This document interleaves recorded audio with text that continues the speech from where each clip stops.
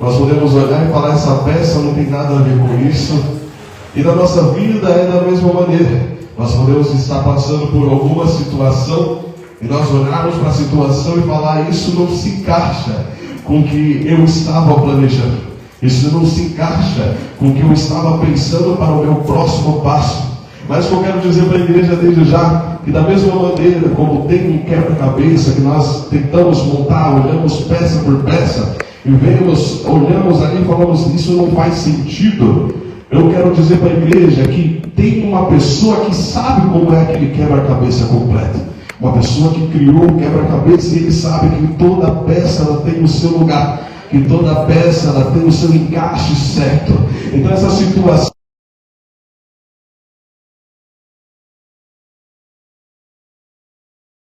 no final, você vai entender que cada peça, que cada situação, ela vai construir para o plano de Deus na sua vida. Amém?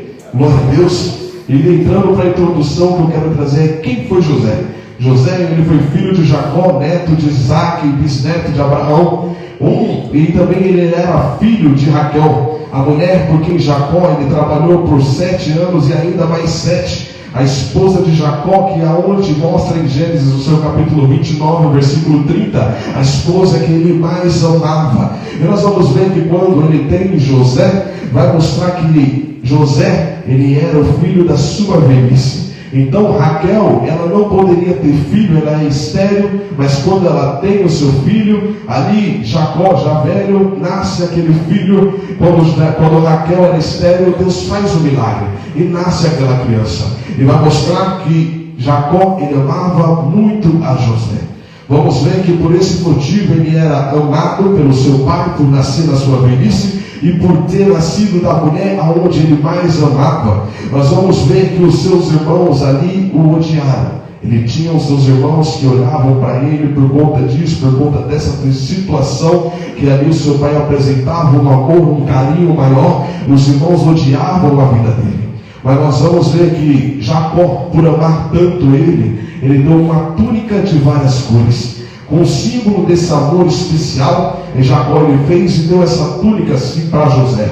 Nós vamos ver que na cultura ali da Bíblia, as túnicas coloridas elas eram comuns para quem era da realeza. Nós vamos ver ali isso em 2 Samuel, no seu capítulo 13, versículo 18, aonde Tamar, filha de Davi, eles estavam usando uma túnica de várias cores. Quando os irmãos de José, eles viram isso, a Bíblia diz que eles odiavam a mais José. No seu capítulo 37 de Gênesis, no seu versículo 4, eles perceberam que havia algo diferente na vida de José. A túnica era uma marca visível de que Jacó ele tinha um tratamento especial sobre a vida de José. Ele tinha um chamado diferente. E nós vamos trazer para o dia de hoje que a túnica, Deus ele também nos dá uma túnica onde pessoas que não têm um compromisso com Deus vão olhar para a nossa vida e vão ver ele tem algo diferente e eu não gosto dele. Vão ver que no mundo espiritual ele pode ver que nós estamos vestindo uma túnica que o Senhor ele deu para nós. E a túnica ela pode simbolizar várias coisas. Ela pode simbolizar o chamado, ela pode simbolizar uma promessa, ela pode simbolizar algo que Deus ele entregou para a sua vida, ela pode simbolizar um dom. E Deus diz: eu tenho te dado algo na tua mão. E o mundo espiritual vai fazer assim como os irmãos fizeram. Eles começaram a odiar ainda mais a vida de José. Mas nós vamos ver que José ali, ele teve sonhos. E os sonhos que ele teve foi um dom que ele traz e conta para a sua família. Ele vai contar que os seus irmãos ali estavam com fechos e os seus fechos se dobravam diante do fecho dele. E ele também vai contar o sonho que a lua e o sol e as estrelas se prostravam diante dele. E vamos ver que o pai dele repreende ele por conta daquele sonho. Vamos ver que os irmãos entendem que aquele sonho era um sonho profético, era um sonho que poderia acontecer. Porque quando José ele recebe aquela túnica, assim nós vamos enfrentar a oposição do inimigo, nós vamos enfrentar a luta, o inimigo vai se levantar contra a nossa vida. Mas para que você saiba por que isso acontece comigo, por que tem se levantado isso, por que tanta dificuldade nisso, Deus diz: é porque você tem um chamado diferente na minha vida, você tem um propósito diferente, você tem uma chamada, algo que eu te entreguei, e o diabo ele vai lutar contra a sua vida. Mas nós temos que entender, nós temos algo diferente que Deus nos entregou. Deus nos entregou uma bênção, Deus nos entregou uma promessa, Deus nos entregou um chamado, e nós temos que guardar com as nossas vidas. Glória a Deus.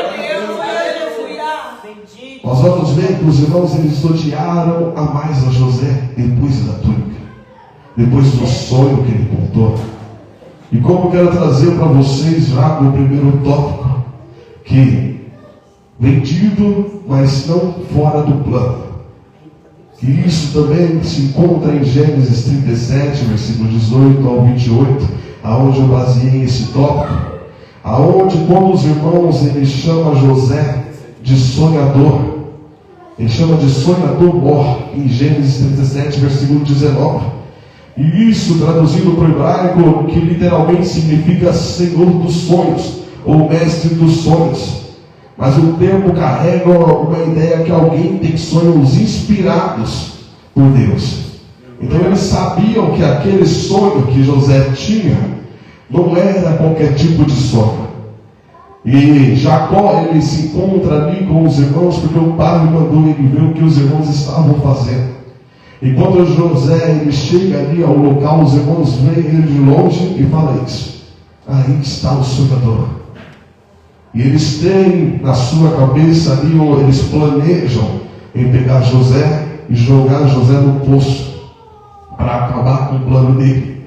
Eles pensam: vamos matar ele, pegar a túnica dele, levar para o nosso pai e falar que um bicho pegou ele e matou. Nós vamos ver que ali, quando eles pensam em fazer isso, eles pegam José, jogam ali no poço. Mas a Bíblia é clara também em dizer que no poço não havia água. Em Salmos capítulo 105, versículo 17, diz assim: mandou adiante deles um homem, José, que foi vendido por escravo. Isso mostra que Deus estava por trás da jornada, mesmo ela começando com uma venda injusta. José, ele foi vendido por um escravo, ele não foi morto ali naquela cova, ali naquele lugar onde os irmãos pensavam em matar. Em Romanos, no seu capítulo 8, versículo 28, vai dizer: e sabemos que todas as coisas contribuem juntamente para o bem daqueles que o amam a Deus. A venda que José, ele passa, foi livrado da cova, foi livrado da morte. Às vezes nós não entendemos a dificuldade que nós enfrentamos. José ele não sabia dos planos que os seus irmãos tinham para a vida dele. José estava indo ao encontro da vida dele e os irmãos estavam pensando: vamos matar ele, vamos matar o sonhador, vamos acabar com a carreira dele, vamos acabar com os sonhos dele. Mas Deus ele tinha um livramento para a vida dele. Ali um dos irmãos falou: não vamos matar ele. E quando ele se afasta, um dos outros irmãos vê que estava passando umas pessoas ali e eles compram José como escravo. E José é levado para o Egito. José ele é impulsionado também para o propósito de Deus. Nós vamos ver que ele era para ter sido morto, mas Deus livrou ele no poço porque não tinha água. Então nós vamos ver que eles queriam José morto, mas Deus livrou ele, enviando aquelas pessoas para ele ser vendido e levado para um lugar de propósito, como nós sabemos como terminou. Ele foi para o Egito. E muito que eu quero trazer também para vocês é um exemplo de um livramento que também é impulsionado para a promessa de Deus, que é em Jonas, aonde nós vamos ver que Deus ele preparou um peixe para engolir Jonas. Jonas ele cai na água, o peixe engole ele, solta ele, aonde? Em Nínive. Nós às vezes não entendemos o que nós passamos, nós não entendemos a dificuldade que nós passamos, Mas Deus diz: é um livramento que eu trago para a tua vida e te impulsiono para a promessa que eu tenho contigo. Você não pode entender, você não pode olhar e ver a situação, mas está difícil, Senhor, mas está acontecendo isso, está acontecendo aquilo, mas você não sabe os planos que o inimigo tem para a tua vida. Era morte, mas hoje você está de pé, porque Deus diz: eu livrei você da morte. Você nem tem visto isso, mas eu estou te livrando e impulsionando você para o propósito que eu tenho na sua vida. Glória a Deus. Nós vamos ver isso, que Jonas, ele foi livrado quando caiu na água, no meio de uma tempestade. Era para ele ter morrido ali, foi engolido por um peixe, mas ele foi soltado no lugar onde era para pregar. José, ele era para ter sido morto no poço, era para ter sido morto pelos seus irmãos, mas Deus o livrou porque não tinha água. Deus o livrou porque ele foi vendido, e ele estava no lugar onde ele iria ser levantado, porque Deus já tinha mostrado para ele em sonhos. Outro exemplo também que nós podemos ver é que Moisés, também no cesto guardado, aonde a filha de Faraó, ela olha, e nós vamos ver que Faraó, ele tinha programado para todos os bebês morrerem. Mas não, José ele também ele foi criado ali embaixo de Faraó, foi crescendo para livrar o povo do Egito. Deus ele tem nos livrado de maneiras que nós não entendemos neste momento. É um grande quebra-cabeça na nossa vida. Nós passamos por situações, por dificuldades, e Deus diz: eu estou guardando a tua vida porque eu tenho um propósito maior. Eu quero trazer também um exemplo da minha vida. Quando eu estava indo trabalhar, atrasado já, correndo, peguei um ônibus, o ônibus quebra no meio do caminho. Aí, meu Deus, já estou atrasado.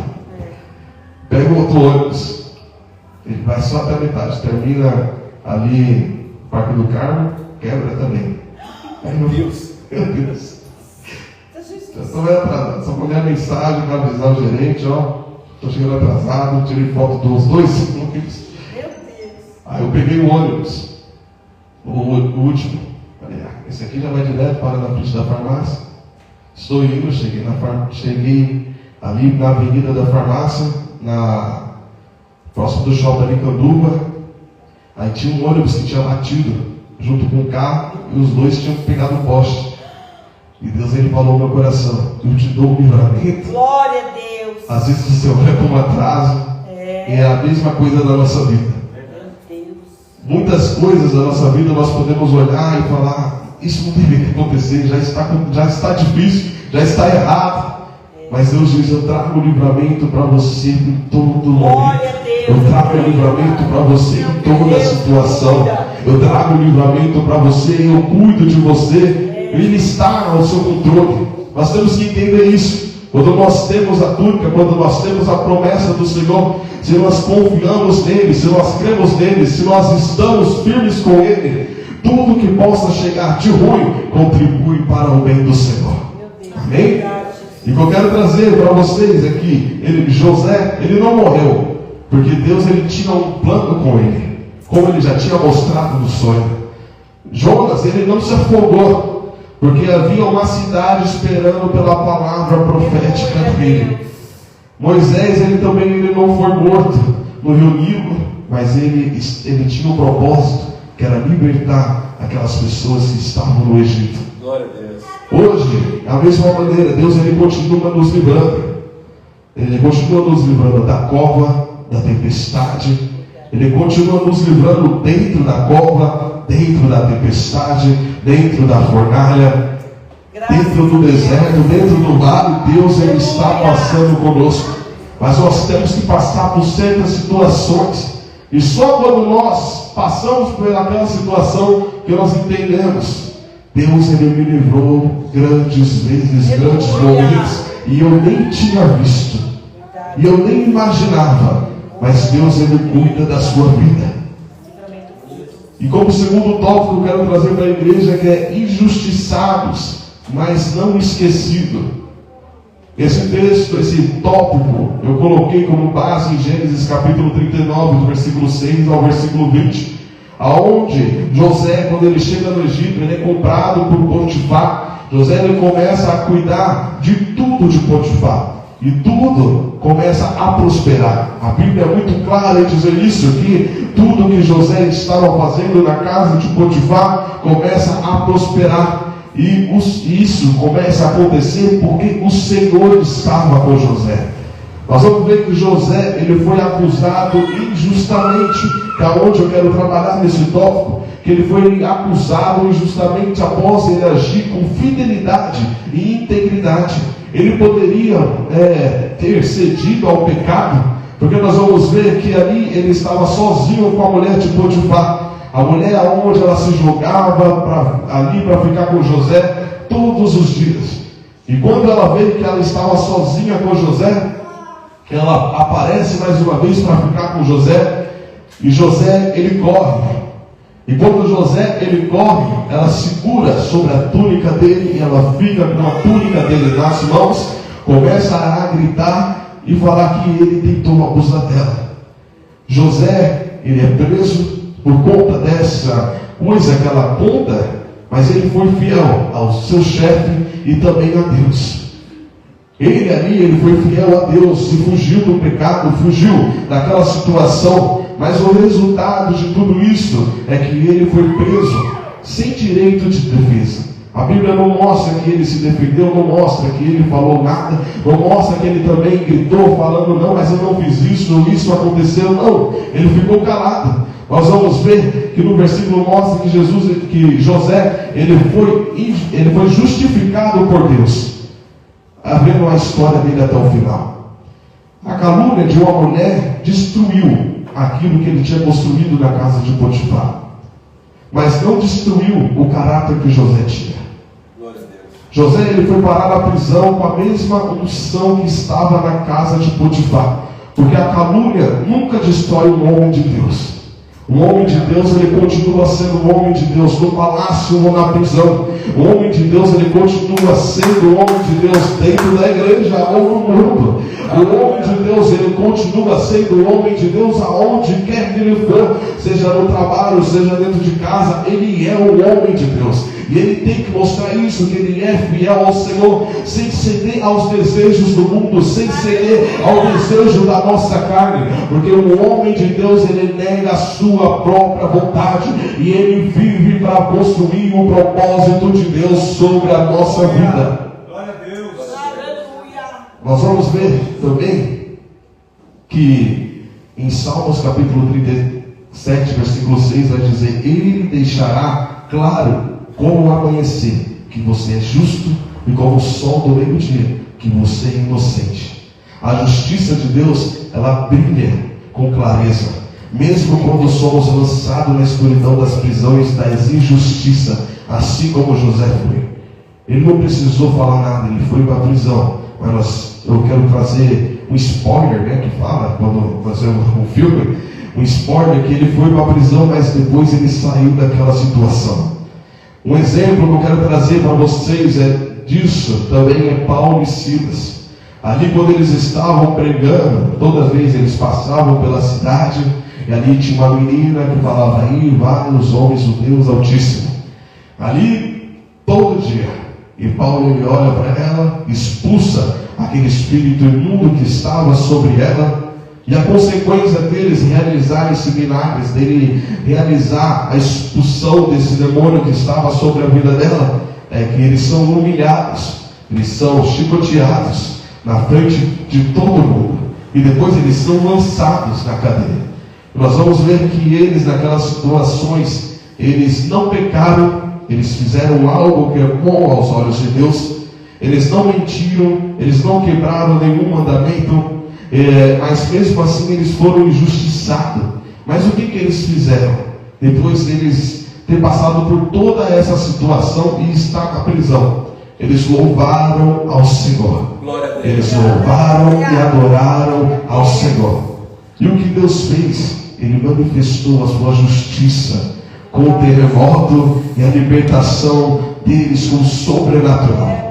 Nós temos que entender isso na nossa vida. Tem momentos da nossa vida que nós, mesmo estando certo na situação, mesmo nós sabemos que nós não temos, que nós não erramos em nada, nos fique em silêncio. Aguarde mais um momento. Assim como Paulo e Silas, assim como José, ficaram em silêncio, passaram pelaquela humilhação, passaram pelaquela situação em silêncio. Mas nós vamos ver, e quando eles estavam naquela situação, Paulo e Silas, eles louvavam e adoravam ao Senhor. Eles não estavam em palácio, eles foram jogados na prisão, eles foram humilhados, eles foram jogados como nada, mas fazendo a vontade de Deus. Mas eles estavam na prisão, eles estavam humilhados, um lugar onde eles poderiam reclamar, um lugar onde eles poderiam: eu estou fazendo a vontade de Deus, eu estou fazendo o querer de Deus, eu estou pregando, eu estou louvando, eu estou evangelizando, eu estou levando a palavra de Deus, eu estou expulsando o demônio, eu estou sendo fiel ao Senhor. E olha onde eu vim parar, olha onde eu vim parar, pelo nome de Jesus. Mas eles adoravam, eles oravam e cantavam. O que as pessoas têm visto na sua vida? Qual é a reação que nós damos para as pessoas? Será que quando nós passamos por algo, quando nós tomamos uma porta na cara, quando nós recebemos uma injustiça, será que nós fazemos da mesma maneira que eles adoram e engrandecem ao Senhor? Será que quando nós somos lançados em algum lugar onde nós não queríamos, nós estamos louvando e engrandecendo ao Senhor? Deus, Ele nos leva em lugares aonde nós não entendemos. Eu não sei que louvor, eu não sei que oração que Ele fez, mas tem um louvor da harpa, aonde eu acho que Paulo e Silas, eles poderiam cantar naquela situação, fazendo a vontade de Deus. E aquele louvor que diz assim: se Cristo comigo vai, eu irei, e não temerei, comigo vai. É grato servir a Jesus, levar a cruz. Se Cristo comigo vai, eu irei. Às vezes a situação que nós nos encontramos, nós podemos até pensar em reclamar. Nós podemos até pensar: olha onde o Senhor me levou, olha onde o nome de Cristo me levou. Mas nós temos que ter como exemplo na nossa vida homens de Deus, que em situações de humilhação, em situações de injustiça, eles louvaram, eles ficaram em silêncio, não para se defender, mas eles ficaram em silêncio, sabendo que Deus, Ele é justo, que Deus, Ele pode trazer a justiça sobre a nossa vida, que Deus, Ele é nosso advogado. Nós temos que entender que a situação onde nós passamos, Deus, Ele pode nos tirar. E a única coisa que nós temos que fazer é louvar. A única coisa que nós temos que fazer é orar. Porque Deus, Ele está conosco quando nós estamos num lugar bem, quando nós estamos num lugar onde nós nos sentimos agradáveis, e quando nós estamos passando por uma situação de humilhação, assim como eles estavam passando. Nem sempre nós seremos injustiçados por fazer o mal. Nós vamos ver muitas pessoas fazendo mal e não sendo com a justiça. Nós podemos olhar, mas nós vamos ver também pessoas que fazem muito o bem e serem injustiçadas. Mas só até vez pelo nosso caso mesmo. Mas nós temos que crer na justiça de Deus, crer que Deus é o nosso advogado, crer que nós temos que ter um momento para falar, um momento para mostrar o que aconteceu, mas também nós temos que ter um momento de ficarmos calados, e no secreto a oração e o louvor, e as pessoas olhar para a nossa vida e falar: mas olha onde ele está, olha a situação que está passando, mas ele ainda continua indo para a igreja. Olha a situação que ele está passando, a situação financeira, a situação da sua casa, mas todo dia tem um louvor e tocando na casa dele. Nós temos que ser diferentes. É por isso que o crente é chamado de doido. Mesmo na situação difícil, mesmo na situação que nós não entendemos, nós continuamos seguindo a Jesus. Mesmo não sendo a nossa vontade, mesmo não sendo o nosso querer, nós continuamos seguindo, orando, louvando ao Senhor Jesus. Nós temos que entender que Deus é o nosso advogado. Ele não dorme, Ele vê tudo. E Ele se manifesta no tempo certo e de uma maneira gloriosa. O Espírito Santo ele também nos ajuda na justiça. Em Romanos capítulo 8, versículo 26 ao 27, vai dizer que da mesma maneira, também o Espírito ajuda as nossas fraquezas. O mesmo Espírito intercede por nós por gemidos inexprimíveis. Nós não precisamos falar. E às vezes nós passamos por situações caladas. E quando nós chegamos diante do Senhor, não conseguimos falar. Nós começamos a chorar. Nós começamos a somente ficar de joelho por horas e horas, sem sair uma palavra. Mas o Espírito Santo, Ele intercede por nós. Ele ouve o nosso coração. Ele ouve cada lágrima derramada. O Espírito Santo, Ele tem que escutar as nossas orações que nós nem mesmo falamos. Mas quando nós estamos de joelhos, prostrados diante do Senhor, sem abrir a boca para tentar nos defender, mas nós estamos ali de joelho. Deus viu o que você passou durante o dia. Deus viu a humilhação, Deus viu a situação. E nós ali diante do Senhor, de joelhos, Deus tem escutado o seu coração. Deus tem escutado cada clamor. Deus tem escutado cada lágrima. E quando nós nos levantamos daquela situação, parece até que nós saímos mais fortes. Porque Deus ele tem nos fortalecido. É o melhor lugar para nós. É estar diante dos pés do Senhor. A calúnia ela pode até ferir a nossa imagem, como eu falei para vocês. Paulo e Silas eles foram ferindo a imagem na frente de toda a cidade.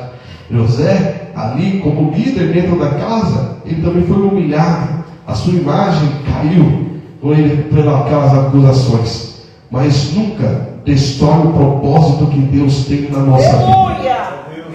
Porque a justiça de Deus chega na hora certa. Às vezes nós olhamos e nós pensamos, é agora, vai acontecer agora, era para ter acontecido, mas na hora certa, no momento certo, Deus vai mostrar que estava com você. Deus vai mostrar que a situação era com você. Deus vai mostrar que era para você ter se levantado no momento que Deus colocou. Nós temos que entender isso e sem pressa. E como terceiro tópico, eu quero trazer para vocês, já chegando no final, é preparado na dor, mas exaltado no tempo certo. E isso, eu fiz esse tópico com base em Gênesis capítulo 1, versículo 38 ao 41, que ali vai dizer que disse Faraó aos seus oficiais: será que vamos achar alguém como este homem, em que está o Espírito de Deus? Pois bem, já bem Deus lhe revelou tudo isso. Não há ninguém tão capaz e sábio como você. Isso vai trazer na nova versão transformada, dessa forma. Em algumas traduções também, a nova versão vai trazer que a palavra usada capaz mostra que José, ele foi capacitado para estar naquele lugar, para estar naquele cargo aonde Faraó quis colocar ele.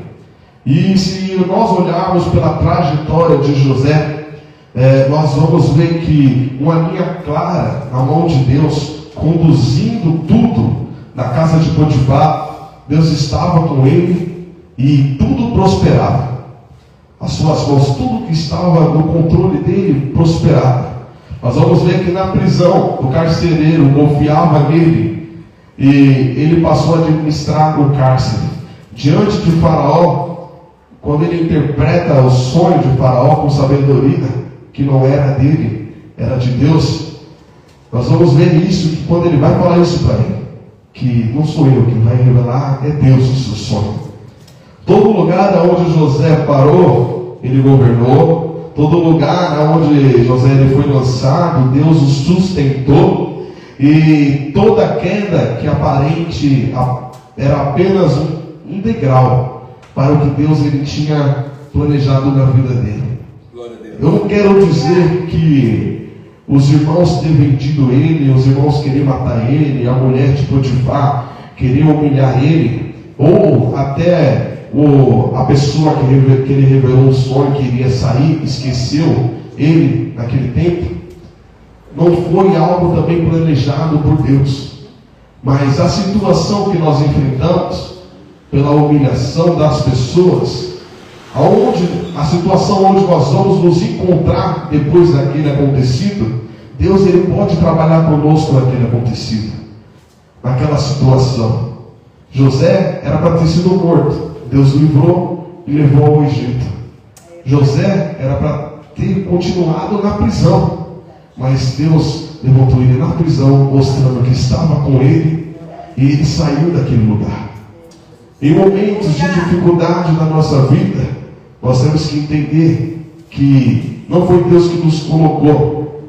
Às vezes é uma situação que nós escolhemos, ou às vezes uma situação onde alguma pessoa colocou a mão e nós paramos em algum lugar. Mas nós temos que entender que Deus é tão grande que Ele pode trabalhar no lugar aonde você está. Que Deus é tão grande que no vale aonde você se encontra, Deus ele pode te levantar no meio do vale. Diante, como Ele levantou José no palácio, Ele também levantou José na prisão. E em Eclesiastes capítulo 3, versículo 1, vai dizer que tudo tem o seu tempo determinado para todo o propósito debaixo do céu. José, ele esperou com paciência. Ele foi esquecido pelo copeiro, em Gênesis capítulo 40, versículo 23, mas ele não foi esquecido por Deus. Muitas das vezes na nossa vida, amigos esquecem. Muitas das vezes na nossa vida, pessoas ao nosso lado esquecem de nós. Mas Deus, ele não esquece de você. Deus, ele sabe aonde está você. Nós vamos ver que um exemplo também que eu quero trazer para vocês é Davi, quando ele foi ser ungido. Antes de ser ungido, ele foi ungido como rei, mas demorou até um tempo a ele se tornar rei. Ele fugiu, ele foi perseguido, ele foi humilhado por Saul, e no tempo certo ele se tornou rei. Mas ele já tinha sido ungido antes. Várias situações até chegar aonde ele estava. Exemplos também de promessas cumpridas no tempo exato é Abraão e Sara. Deus prometeu um filho, e mesmo com a velhice avançada, nós vamos ver que a promessa se cumpriu.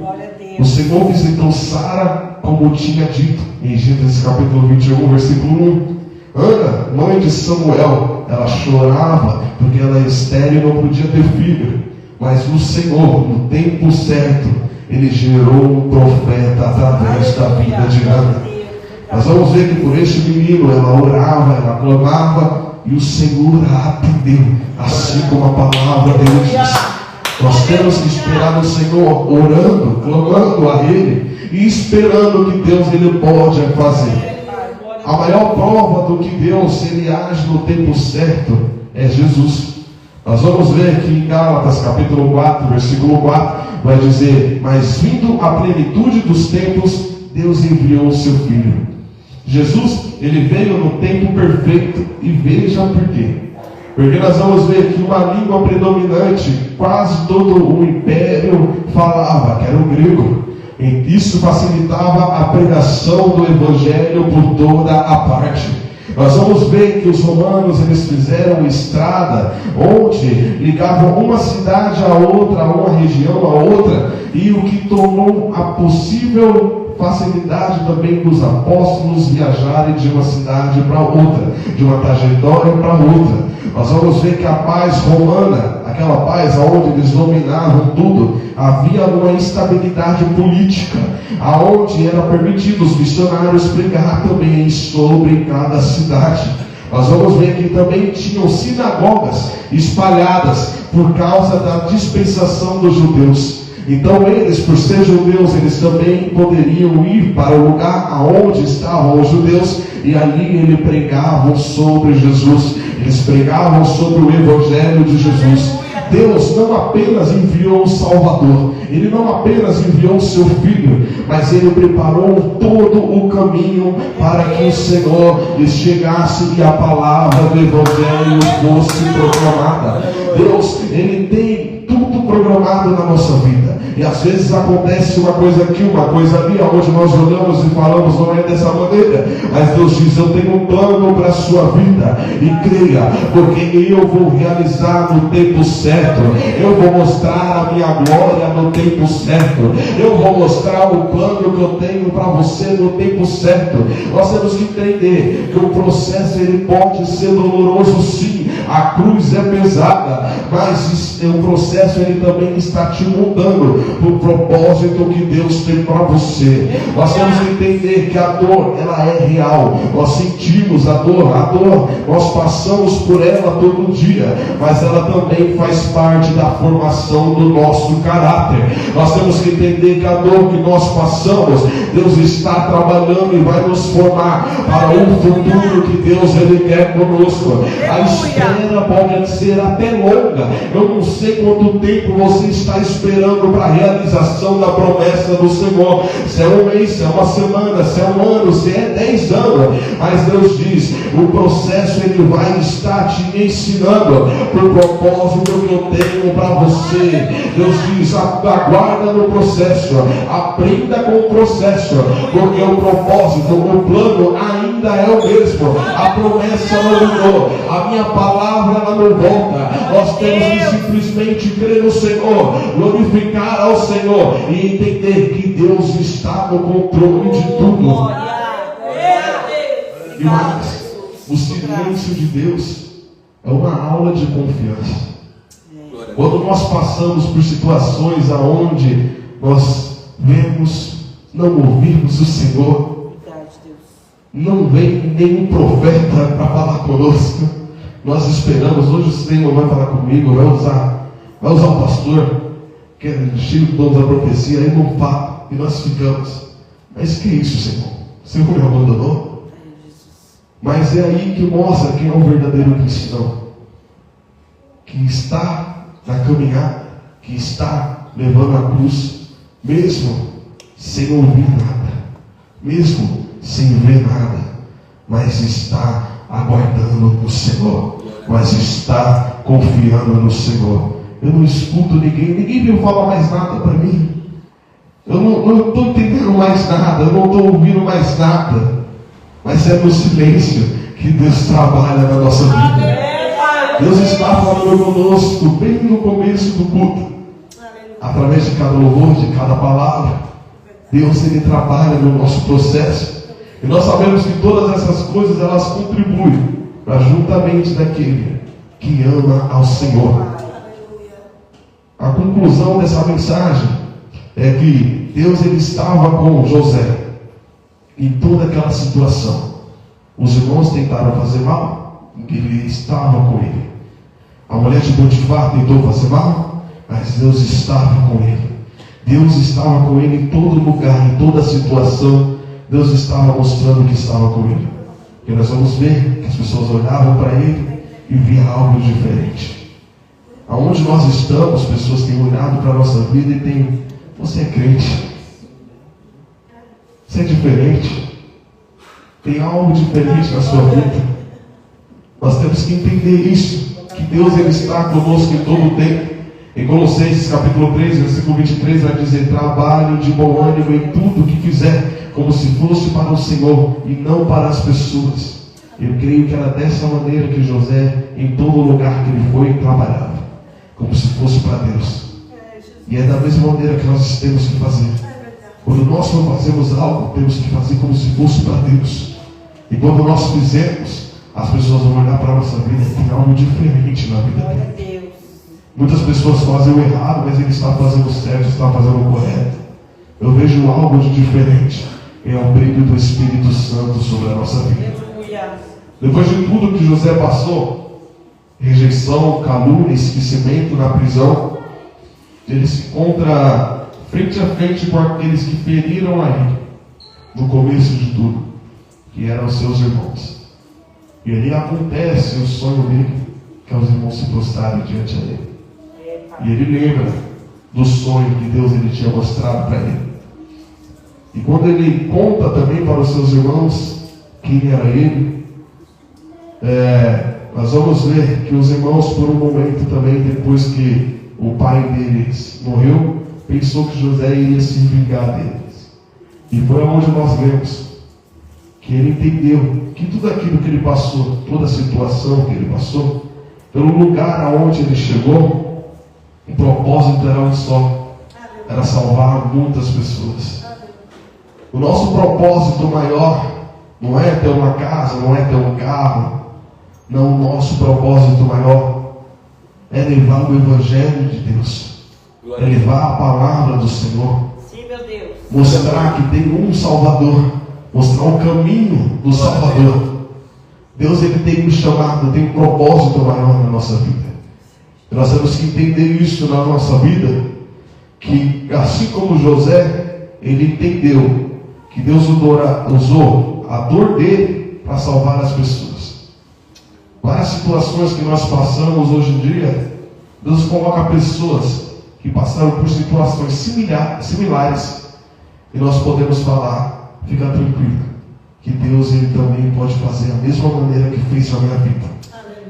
Hoje eu sou salvo porque eu estou no caminho de Jesus, e você também pode ser salvo. Deus, ele quer usar a sua vida para salvar muitos. E a maturidade de José ali diante dos seus irmãos é suportar todo o processo. Mas o que eu aprendi mais foi dele perdoar os seus irmãos diante de tudo. Nós temos que liberar o perdão. Glória a Deus. Às vezes nós passamos por certas situações, por certas perseguições, por certas humilhações, e nós, quando chegamos a um lugar onde Deus estava nos mostrando, nós queremos levantar a nossa cabeça e passar por cima de tudo. Mas Deus, ele está nos lembrando também que o perdão, ele também manda. Nós temos que liberar o perdão, porque a nossa luta não é contra a carne, não é contra o sangue. A nossa luta é espiritual. A nossa luta é contra as potestades, é contra o inimigo, é contra o diabo. Nós temos que entender isso na nossa vida, que quando a promessa se cumpre, a forma que nós nos comportamos vai importar mais do que a fidelidade durante o processo. Nós temos que José ele não deixou o trono subir na cabeça. Ele chegou ali, os irmãos chegaram diante dele e ele chorou. José, ele não usou o seu cargo para se vingar dos irmãos. José, ele não usou a sua ambição para alimentar o seu ego. Ele usou a vitória para cumprir o propósito de Deus, que era salvar as vidas. Assim também nós devemos ser fiéis no poço, fiéis na prisão e fiéis também no palácio. Deus, ele tem um propósito na nossa vida. E quando nós chegarmos, nós temos que mostrar que o Espírito Santo, que foi conosco diante da dificuldade, ele também nós vamos estar também vivendo o propósito dele na prosperidade. Amém? Assim eu quero deixar a palavra que Deus entregou ao meu coração e as palmas louvem ao Senhor.